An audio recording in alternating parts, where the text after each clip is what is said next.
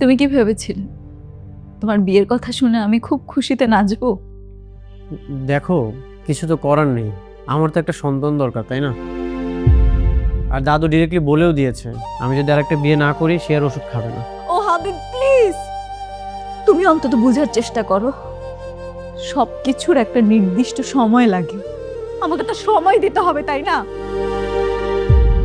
বৌমা, তোমার মুখে যেন আর একটা বারও বিয়ে সম্পর্কে অমত না শুনি। এখানে 3টা ছবি আছে, আমরা পছন্দ করেছি। এর মধ্যে তুই যেটা পছন্দ করবি আমরা সেখানেই কথা বলবো। মা, 3 ঘন্টা হলো না আমরা কথা বলেছি আর এখনই এইসব ব্যবস্থা করে ফেলেছো? তোর বাবার আর আমার আগেই ঠিক করা ছিল, খালি তোর অনুমতির জন্য অপেক্ষা করছিলাম।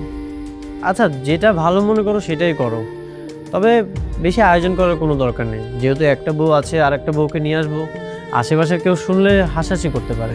তুই দেখে যেটা বলবি সেই বাড়িতে যেয়েই তোর বাবা ফাইনাল কথা বলে আসবে। ভালো করে ছবিগুলো দেখিস। আমরাই নাম্বার ওয়ান। নাম্বার ওয়ান হচ্ছে মেরিল পেট্রোলিয়াম জেলি।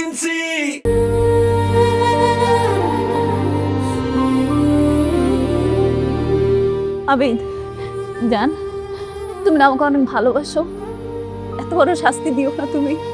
আমি না তোমার ভাগ কাউকে দিতে পারবো না, এত বড় শাস্তি দিও না জান, জানা ধরে শাস্তি দিও না। রিক্তা, পাগলামি করছো কেন? আমি তো তোমাকে তালাক দিচ্ছি না, তুমি আমাদের ফ্যামিলিতেই থাকবে। আমি তো শুধুমাত্র আরেকটা বিয়ে করতেছি একটা বাচ্চার জন্য, তুমি তো আমার সব কিছু।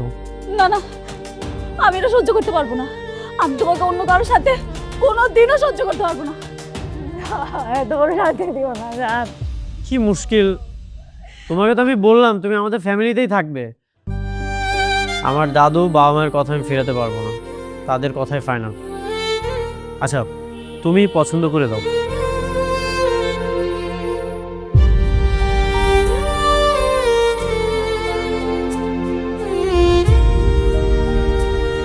না, আমি তোমাকে কারোর সাথে শেয়ার করবো না।